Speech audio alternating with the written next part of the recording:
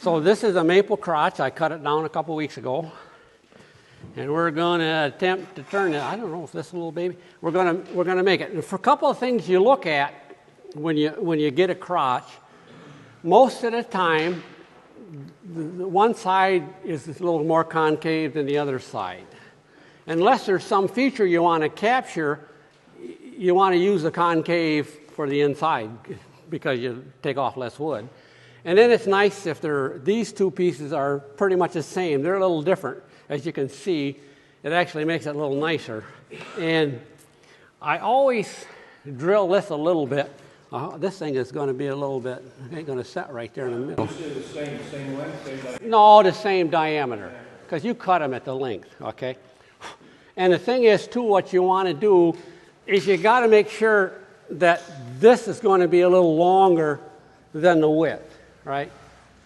Because if you don't, it'll be a bowl, right? Yeah, not a heart, because it's got to be a little oblong, or it'll be a bowl, and that's okay. I mean, you can make a bowl like that, and you get a nice pattern, and you just get the little thing in there, right? I've done that. When I've had one quite a bit smaller than the other one, I made a bowl instead, and it really comes out nice. But I put this in here, so then, because what we want to do is we want these 3 points right here to be on the same plane, pretty much. Because if they're not, you're going to look kind of goofy, right? So we're going to try to get these on, and this makes it easy to hold it right there.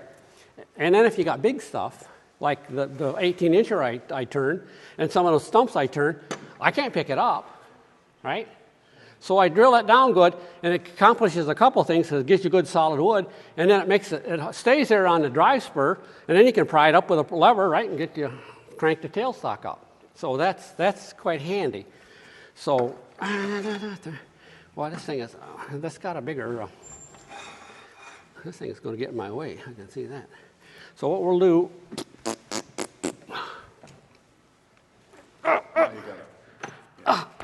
oh yeah? Got to be straight up. Straight up. Oh man. Such modern conveniences. Straight up. Okay. Oh, come on. Whoa. That thing is, okay, I mean, that's going to be all right. I hope so. Okay, let's just we'll put this over here. See there? Yeah, I'm going to have to bring it out. I can see that. Now, let's do it just a little more. Well, some guys, when they do a heart-shaped bowl, they split it in half, and then they do it. You don't get as deep a bowl; you get more of a kind of a platter-like effect. But what's the risk of not having it in plane like that? Well, if you got one of these this way, it's really going to lopside your bowl, right? When you're done, it ain't too bad if this is higher than them, that way. But the other way, it's going to look kind of really goofy, I think.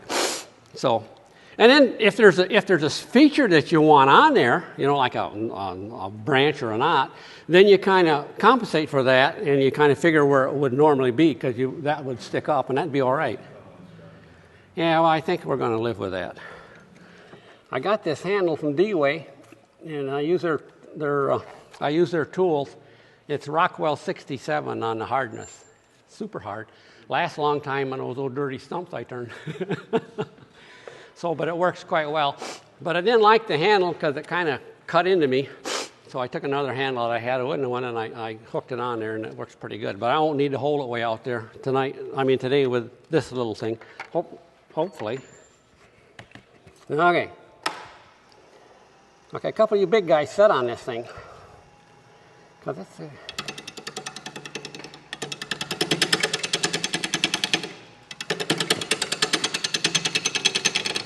Oh, that's something else too. Well, I don't like to reach across there. That's something else too. I echo in there. I don't know if it bothers you guys, but when you do this, you're not trying to balance it physically, aesthetically, right? Because you look at the crotch and you say, I want the center right there, right? And that's where you put it. because if you try to do it, you balance it, then it's going to be probably off, right? It's not going to look good when you're done. And then the big ones, it can be a real problem because you can't turn it very fast. Okay, here we go again. Okay. Could you just hold this down there?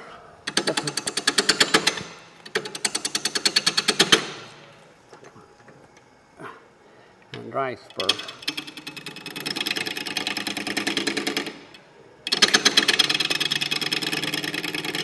I'm not got very much twist on it because I don't want it to bite too hard.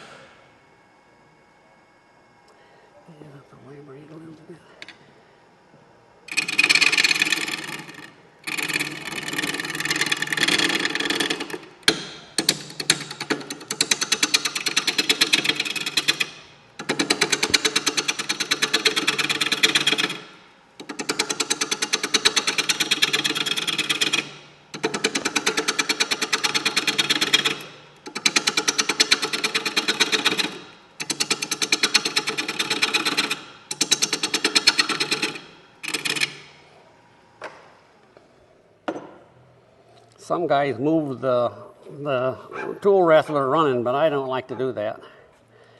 I like to.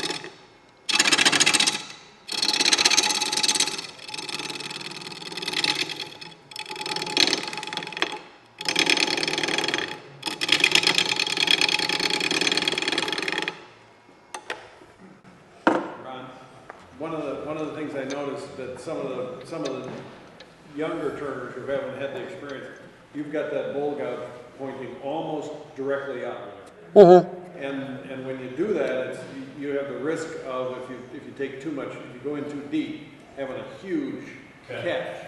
So just a word of wisdom or a word of caution is you can see where you're turning. Just take light cuts when you introduce that gouge directly up like that.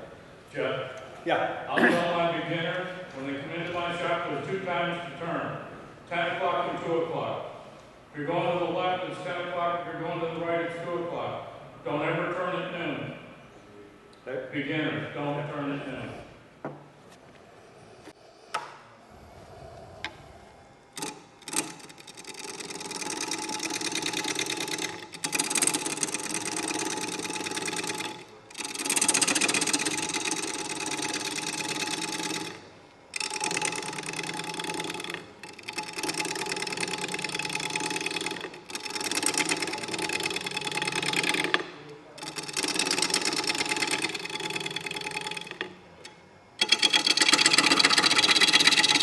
This is basically a pull cut.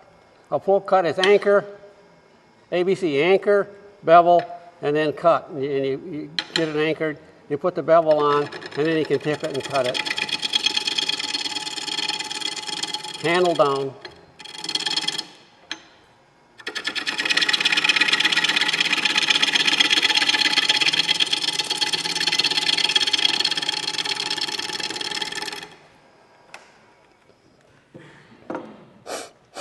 Okay, we're getting down to here.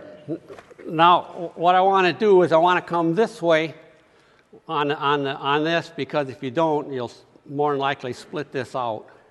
I mean, you'll fray it, so it's better to come this way until you get that cleaned up.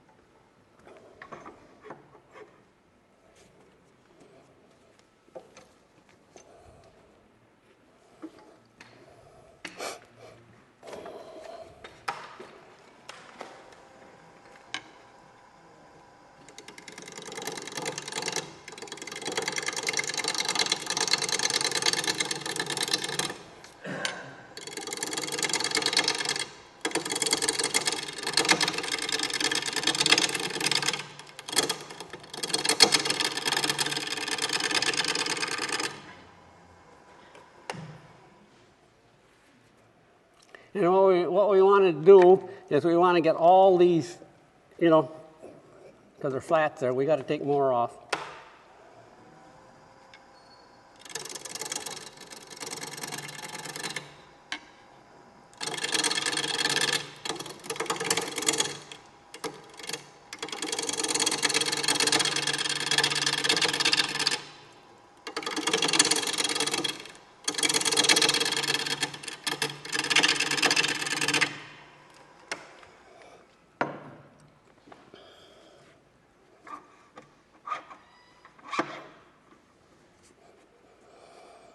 Yeah, that's pretty good. That's pretty good.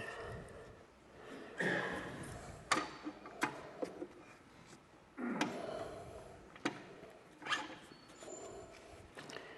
a little flat right there, yep.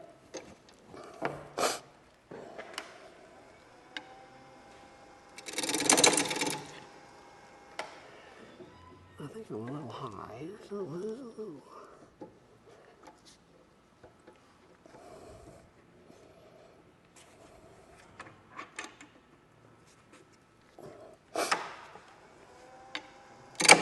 Oh, had that ridge right there. Didn't mean to make you jump, cameraman.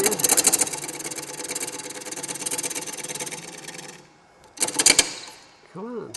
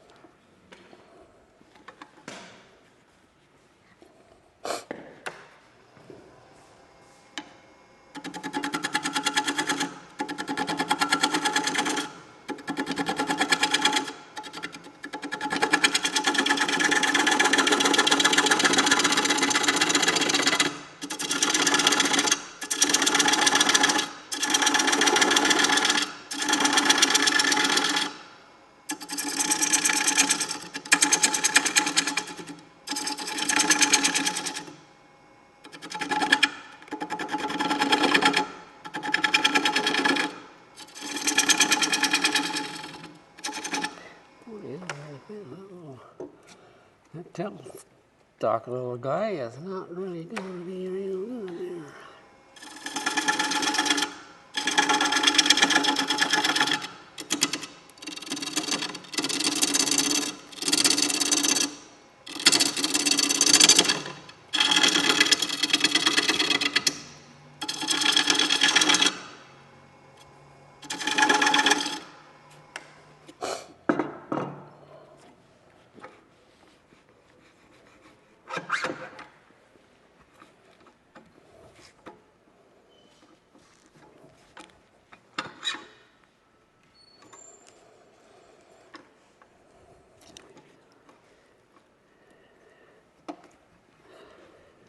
I got to put a little tenon on here so I can put it in the chuck.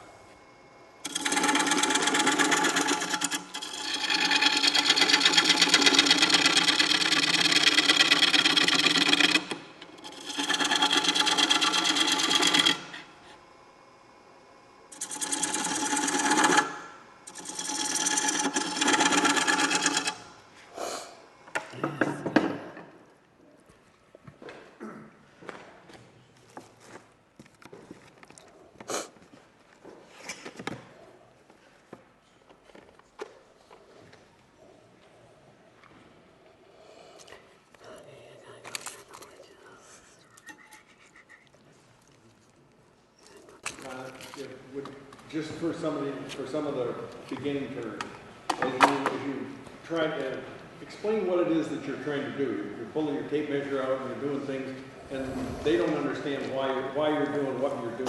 So if you could do that, I think that might help. I know I should shut up, but I'm just trying to. No, you're all right. Well, I'm just trying to get a size to fit this guy, right? The tenon, yeah, to fit this chuck. I'm not used to this, any of these tools, and I kind of got to, kind of feel my way along here. So that's basically what I'm trying to do, and then I got to get in there. This tailstock thing is a little bit different. Mine, it's going to be hard to get right in there because you got to get that out of there so it can fit down in there, right? But I didn't want to make it too big or too small.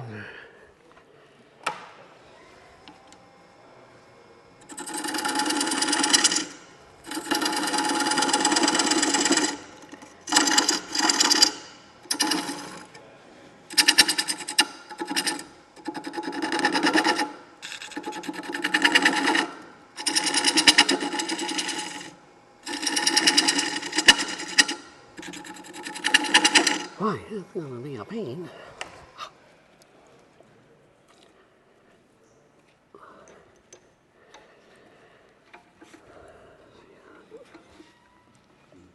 Well, I won't take that all the way off. Let's see. I'll leave that right there for a minute. Actually, what can I do? Let's back that up a minute.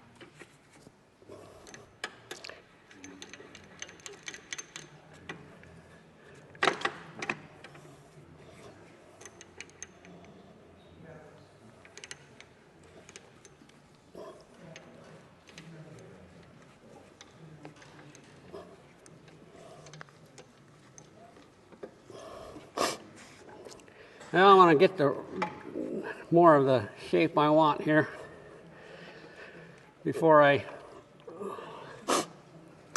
take that little end down there long ways.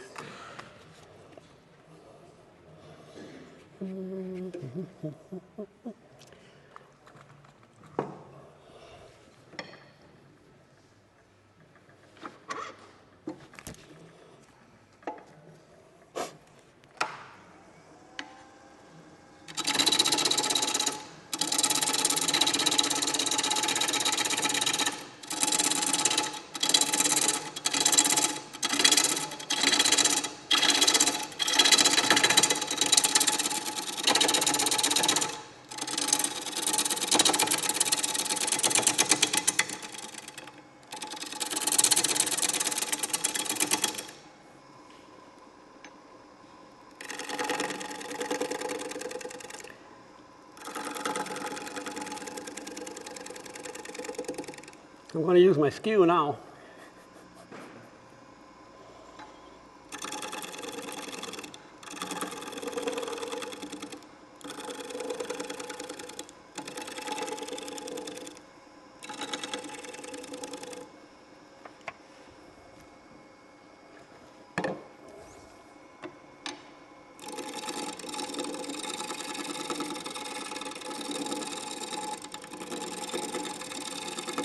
I'm looking at this profile here, and then I can see what it looks like, right? You look down here and you can't see, but if you look up here, you can kind of tell better.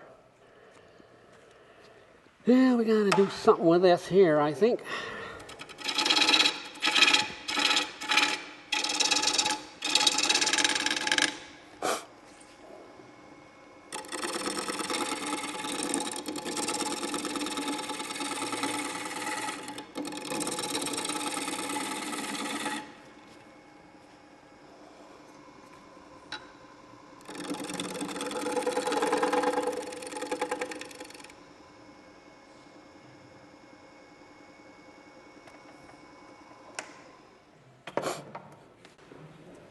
You seem to be using a shear cut and then a traditional cut inadvertently back and forth.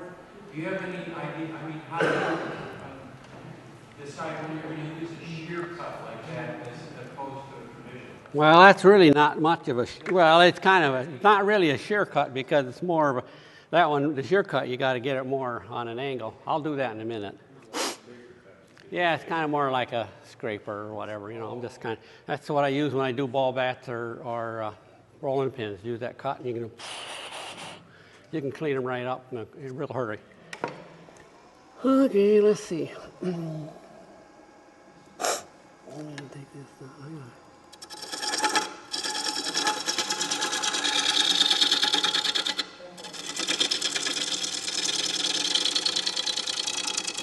Okay, too, when I'm doing this now, I gotta leave, I haven't done that in the past sometimes, but I'm gonna leave a little more here so when I clean it up, I can get all them tool marks or any marks that Chuck may make, right?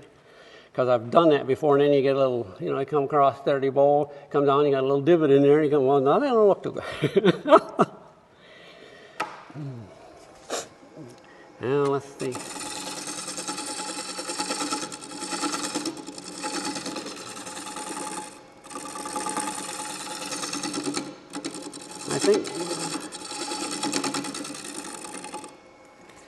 I think I'm getting pretty good there.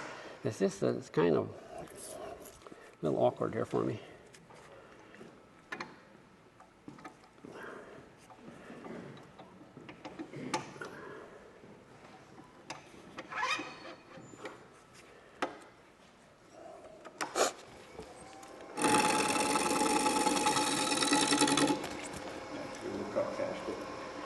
Hopefully.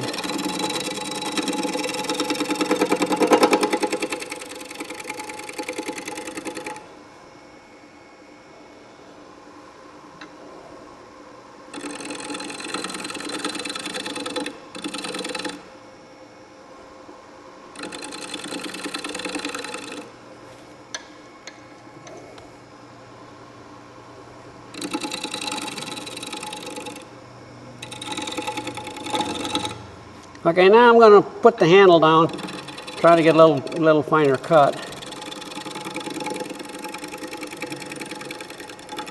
The chips coming off are quite a bit smaller now. I still got a little wobble in this thing. It makes it a little tougher too, you know. But I got it slow as I'll go, so.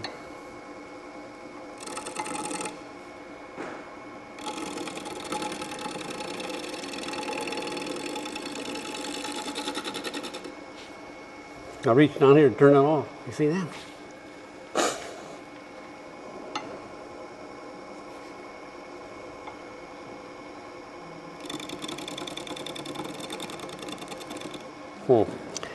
I got a hump there. I don't like that.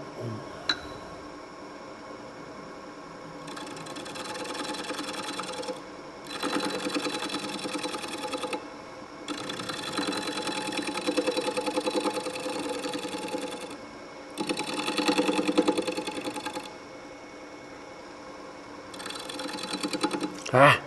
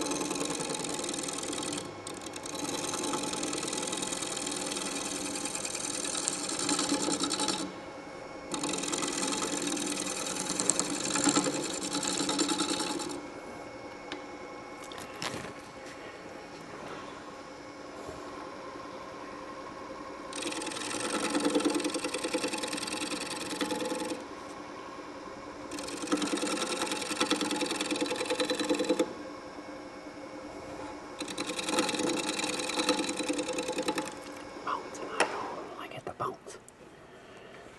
Look at the bounce. I don't like the bounce. Boy, I can get that very smooth.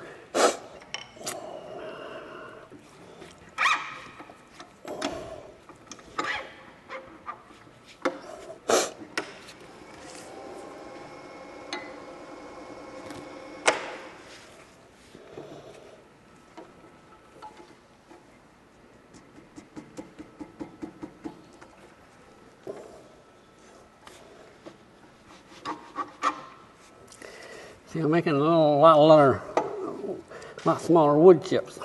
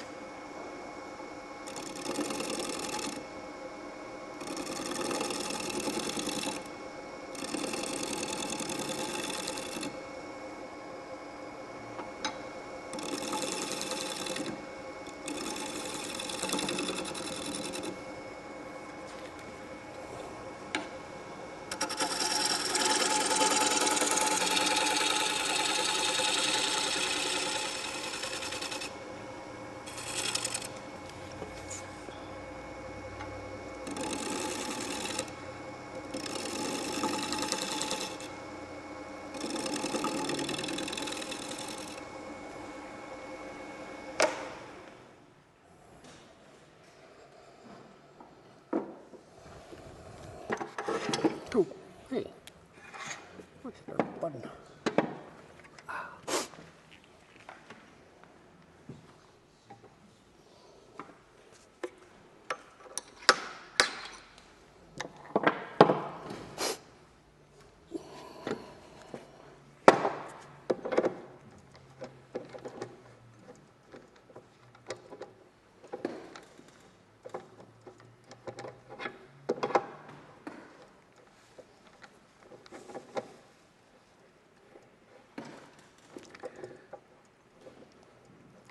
Wow, I was on there, wasn't it?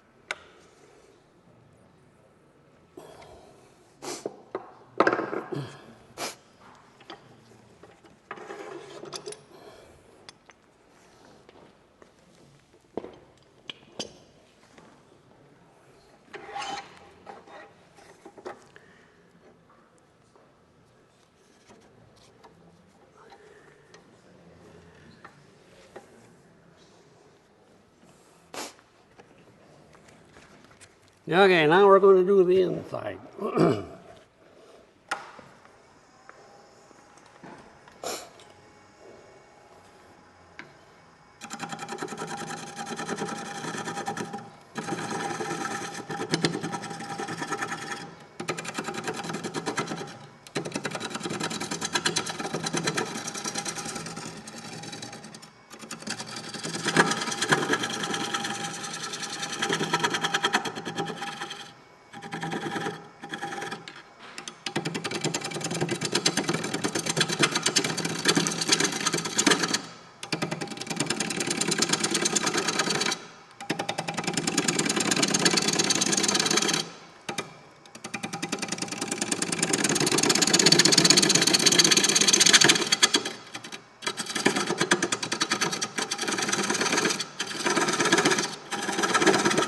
You'll notice that when I'm coming out, I cut down. You use the other side.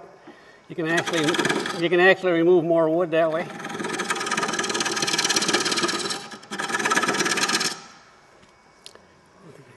Just a twitch. I'm a twitch high there, I think.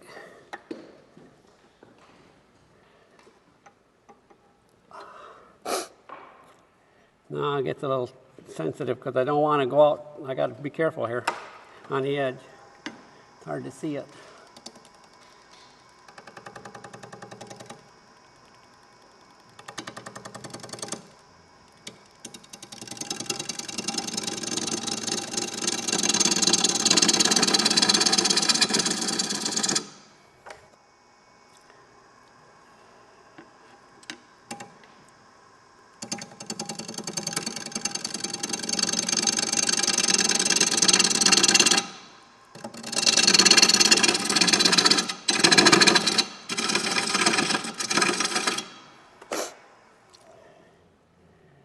Yeah, let's live with that.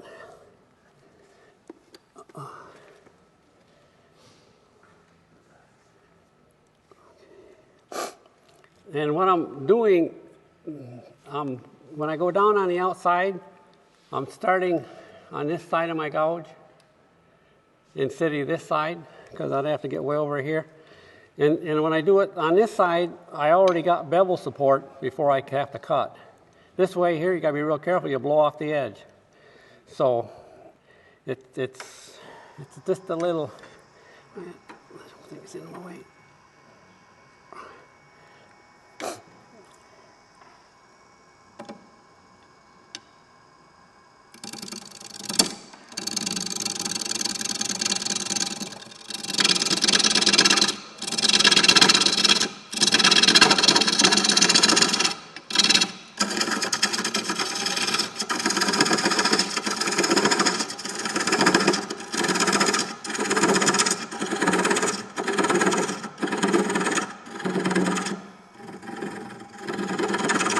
If you get that right in the middle, you just melt that little spot right there. See that?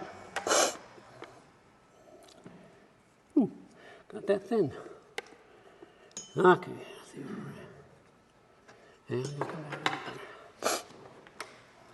And when I get down there a little ways, then I just turn my gouge and I go over across the other side. I'm touching to see where the edge is, because I can't see it very good.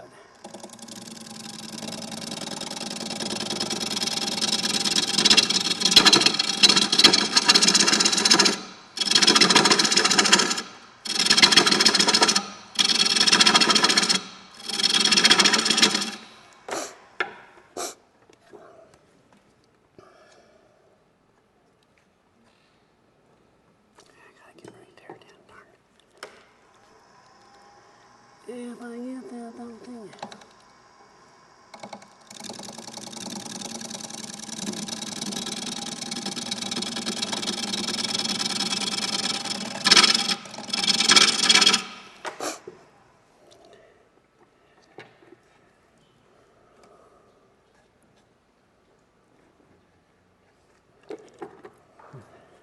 The only thing is, when you come down on this side, you got to make sure you don't let that flute touch, or it'll be all over with.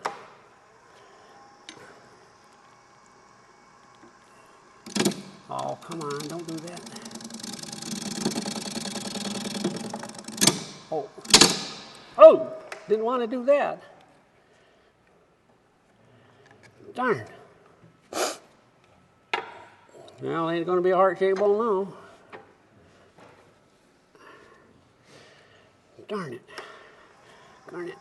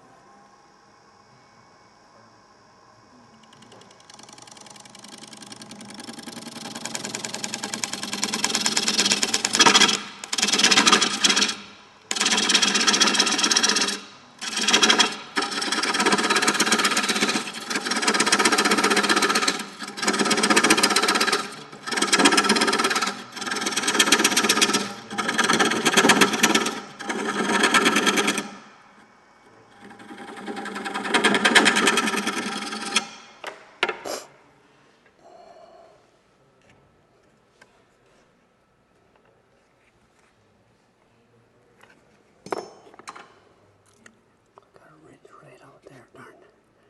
So I did.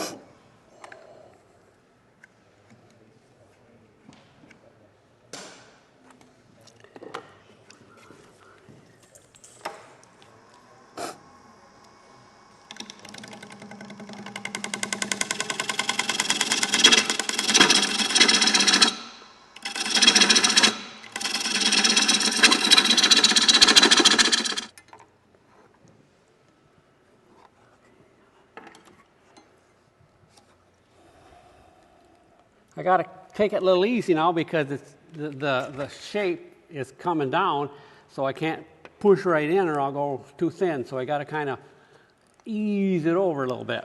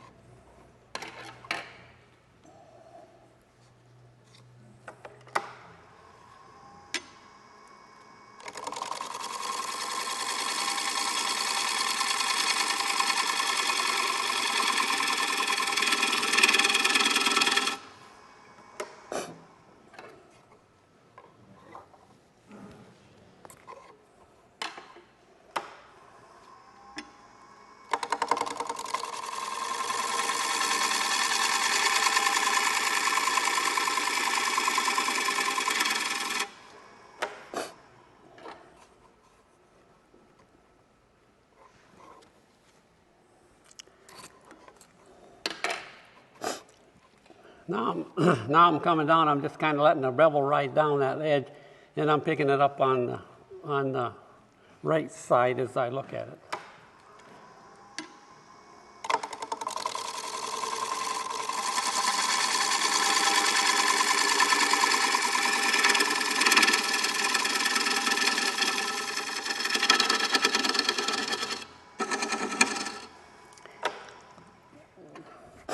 And when you go across there, when you want to get it finished, you want to go a little slower because it's going slower than out here, right? I mean, it's turning the same RPM, but the board's going by quite a bit slower.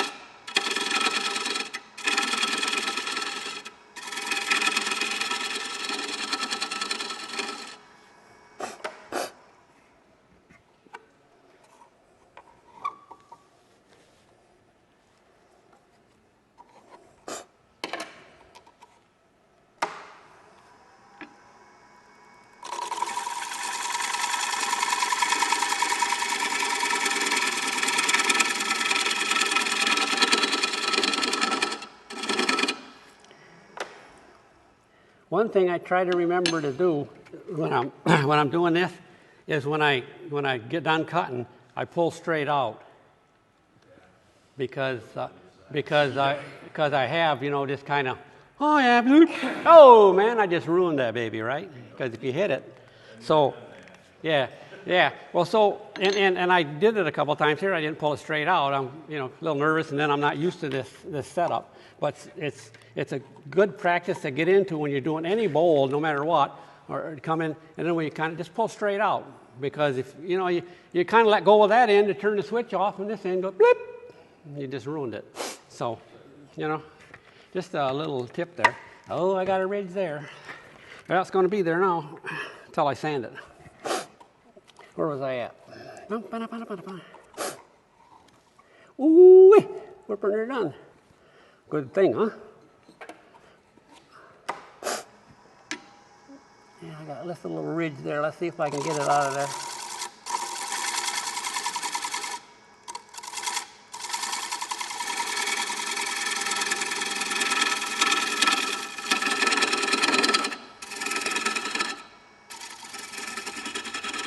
Going across the bottom kind of easy, just feeling it because you can kind of feel where it's a little high.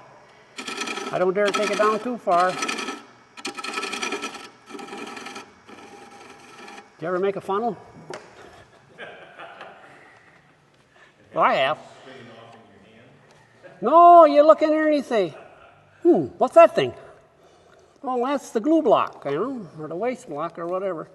Yeah, I'm pretty good there. I got to come right about out in there. See, but it's still high there, and I got a little leeway because the tenon's on there, and that's one advantage, I suppose, of doing it with a chuck, is that you got a little extra. Sometimes if you use a glue block, you know, you don't necessarily leave as much there, and then you don't have any room to mess with it. So I think I can fix those.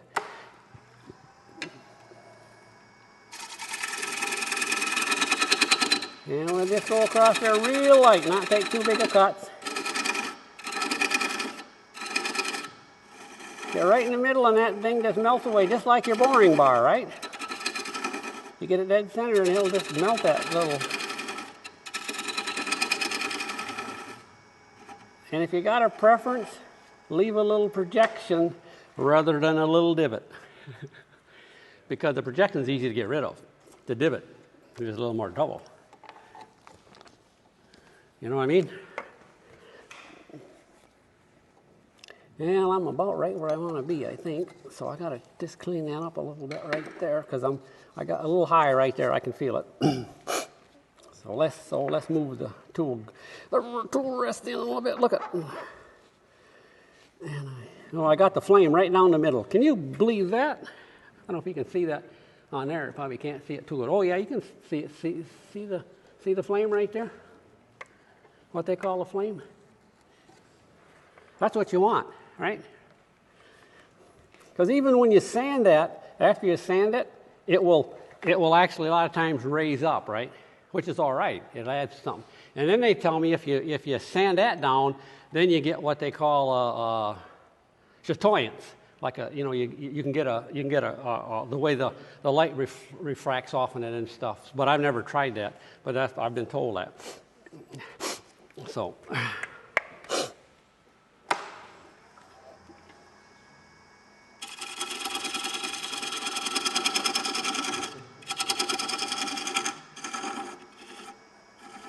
That's a pretty good word, chatoyance. It took me a while to learn that.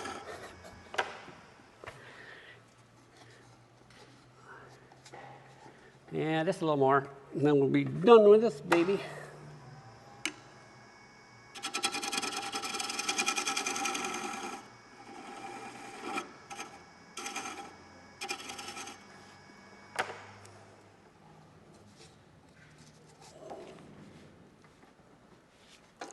Yeah, still got just a little bit.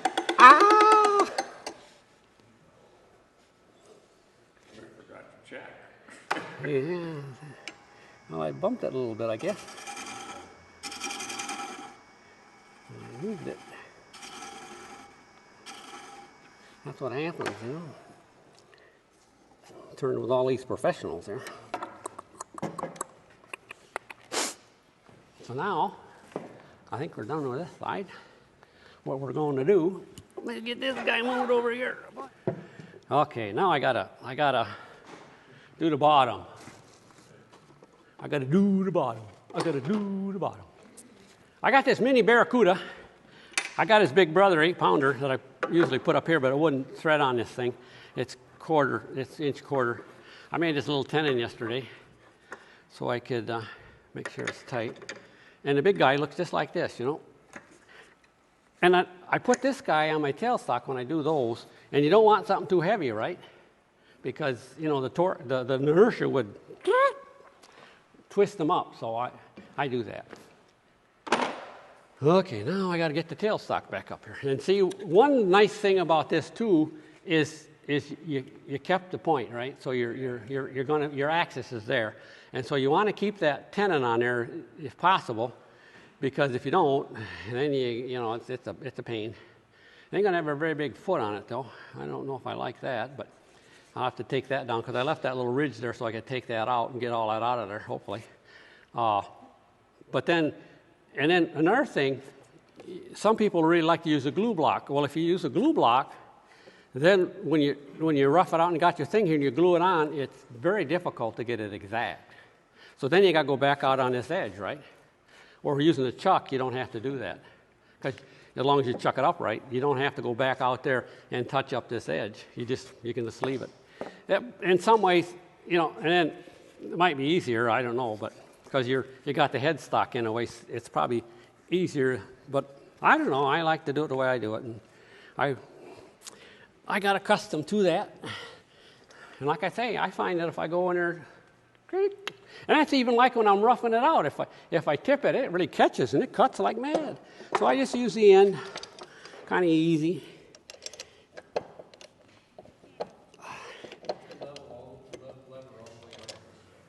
Thank you. Mine don't do that to me. My lever is all the way down and it goes. Ah, but I got. If I ain't eating my Wheaties, I have to have my wife come out and do it. Oh, mine's heavy. I bet mine weighs well over 50 pounds. 42.24. See, I got that little bit not real good. I shouldn't say that. Edit that out. I got that perfect. You can see that. It's a little more difficult here. Oh, this dumb thing. It's going to drive me nuts. I know it's a short drive.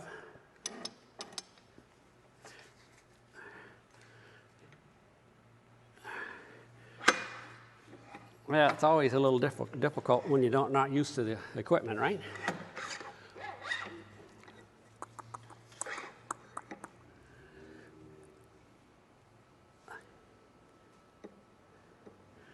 I'll get up there a little bit. That's probably good.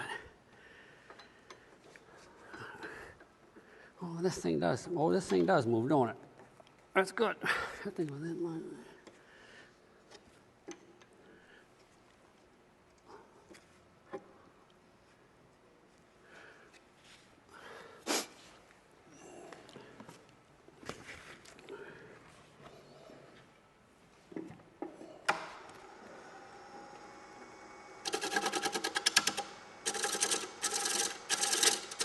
See, I got it tipped now. Is that better?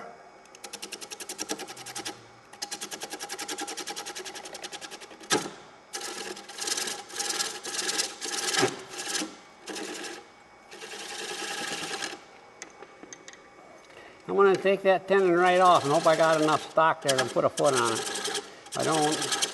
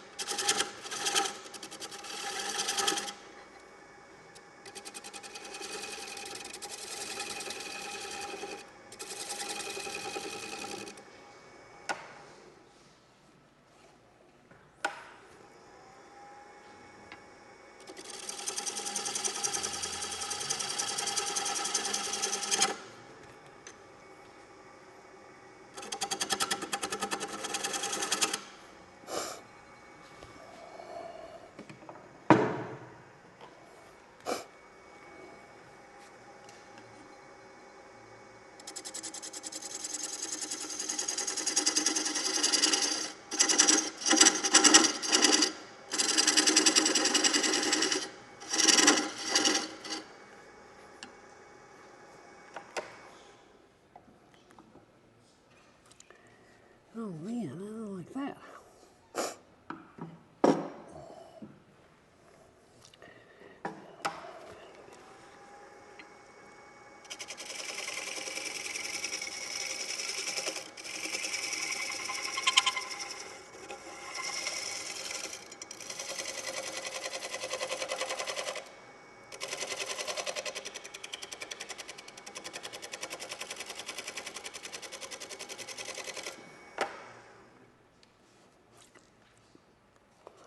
Yeah, I'll have to.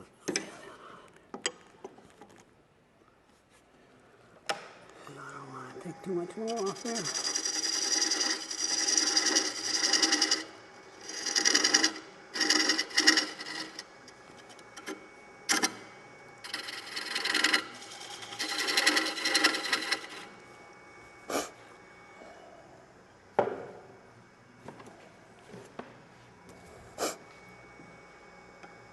The parting tool.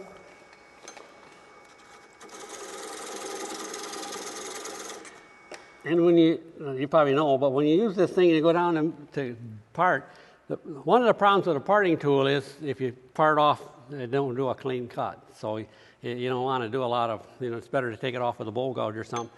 But when you go in, you want to tip it a little bit, because if you go very deep, this thing will catch and it'll go bling. You won't be able to hang on to it. So just a word of caution. So when you use it, you make your groove wide. Just tip it a little bit. And I'm not going to take it all the way down because I don't want to hit these guys out here.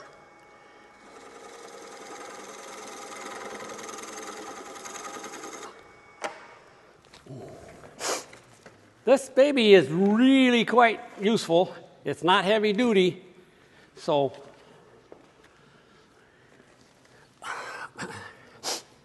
don't think you're going to grind for hours with it at a time. You better get a Weecher or a Fordham.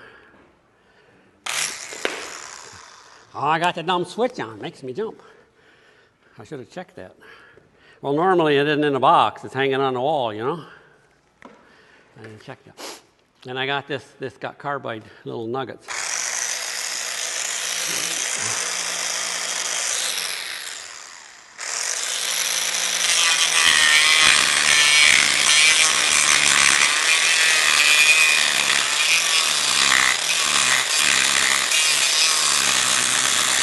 I'm using this edge, so it goes away from me. If I use that edge, it'd come up my face.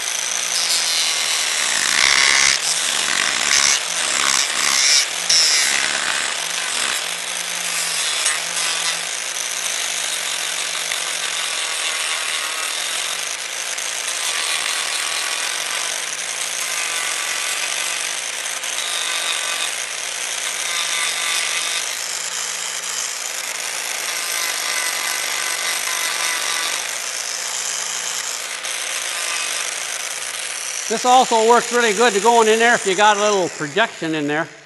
It works, whoo-wee. It works good if you got a little projection in there because you can take it off. It's hard to sand, right, to get right dead center on a sanding. But this works really good. You can go in there and just take it off. But so you can see the flame. So that's basically it. I made it a little longer. I could have took these down a little bit and made a little bit, less in there. But once I made the commitment and started cutting, you can't do that. So, oops. I guess I could get unplugged, huh?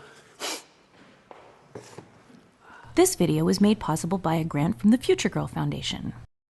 This video was made possible by thousands of private donations from members and viewers like you. Please visit thegeekgroup.org for more information on how you can donate and become a part of our dreams of Avalon.